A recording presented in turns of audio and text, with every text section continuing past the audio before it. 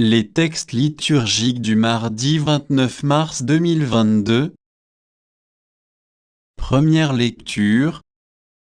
J'ai vu l'eau qui jaillissait du temple, tous ceux qu'elle touchait furent sauvés. Ézéchiel 47, 1er septembre 2012. Lecture du livre du prophète Ézéchiel. En ces jours-là, au cours d'une vision reçue du Seigneur, l'homme me fit revenir à l'entrée de la maison.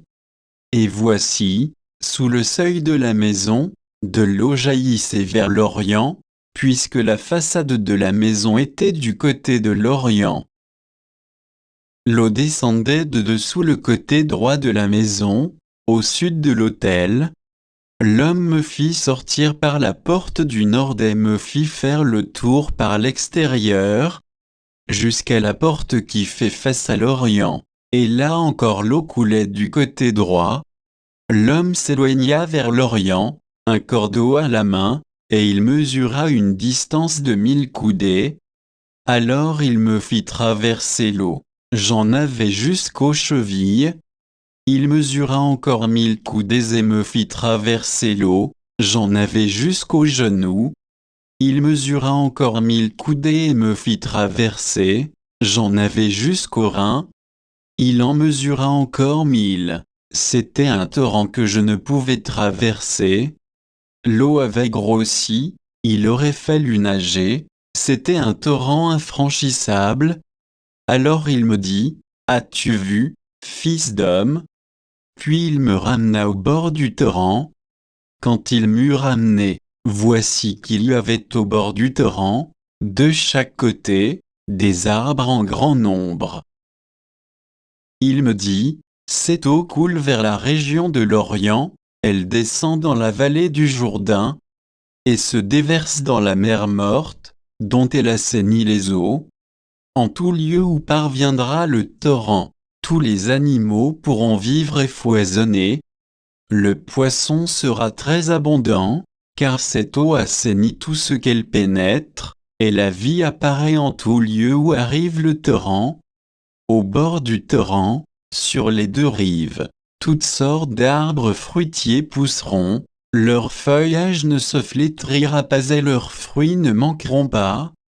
Chaque mois ils porteront des fruits nouveaux, car cette eau vient du sanctuaire. Les fruits seront une nourriture, et les feuilles un remède. Parole du Seigneur. Psaume 45, 46, 2 à 3, 5 à 6, 8 et 9 à 10 à. Dieu est pour nous refuge et force, secours dans la détresse, toujours offert. Nous serons sans crainte si la terre est secouée, si les montagnes s'effondrent au creux de la mer. Le fleuve, ses bras réjouissent la ville de Dieu, la plus sainte des demeures du Très-Haut. Dieu s'y tient, elle est inébranlable, quand renaît le matin, Dieu la secourt. Il est avec nous, le Seigneur de l'univers, citadelle pour nous, le Dieu de Jacob. Venez et voyez les actes du Seigneur, il détruit la guerre jusqu'au bout du monde. Évangile. Aussitôt l'homme fut guéri, Jean 5, 1 à 16. Évangile de Jésus-Christ selon saint Jean. À l'occasion d'une fête juive, Jésus monta à Jérusalem. Or, à Jérusalem, près de la porte des brebis, il existe une piscine qu'on appelle en hébreu Betzata. Elle a 5 colonnades, sous lesquelles était couchée une foule de malades, aveugles, boiteux et impotents. Il y avait là un homme qui était malade depuis 38 ans. Jésus, le voyant couché là, et apprenant qu'il était dans cet état depuis longtemps, lui dit, « Veux-tu être guéri ?» Le malade lui répondit, « Seigneur, je n'ai personne pour me plonger dans la piscine au moment où l'eau bouillonne. Et pendant que j'y vais, un autre descend avant moi. » Jésus lui dit, « Lève-toi, prends ton brancard, et marche. Et aussitôt l'homme fut guéri, il prit son brancard, il marchait. Or, ce jour-là était un jour de sabbat. Les Juifs dirent donc à cet homme que Jésus avait remis sur pied, c'est le sabbat.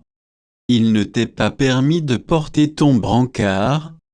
Il leur répliqua, celui qui m'a guéri, c'est lui qui m'a dit, prends ton brancard, et marche.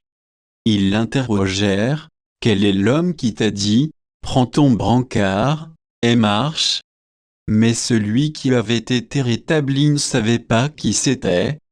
En effet, Jésus s'était éloigné, car il y avait foule à cet endroit. Plus tard, Jésus le retrouve dans le temple et lui dit, te voilà guéri.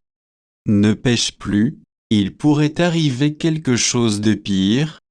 L'homme partit annoncer aux Juifs que c'était Jésus qui l'avait guéri. Et ceux-ci persécutaient Jésus parce qu'il avait fait cela le jour du sabbat. Acclamons la parole de Dieu.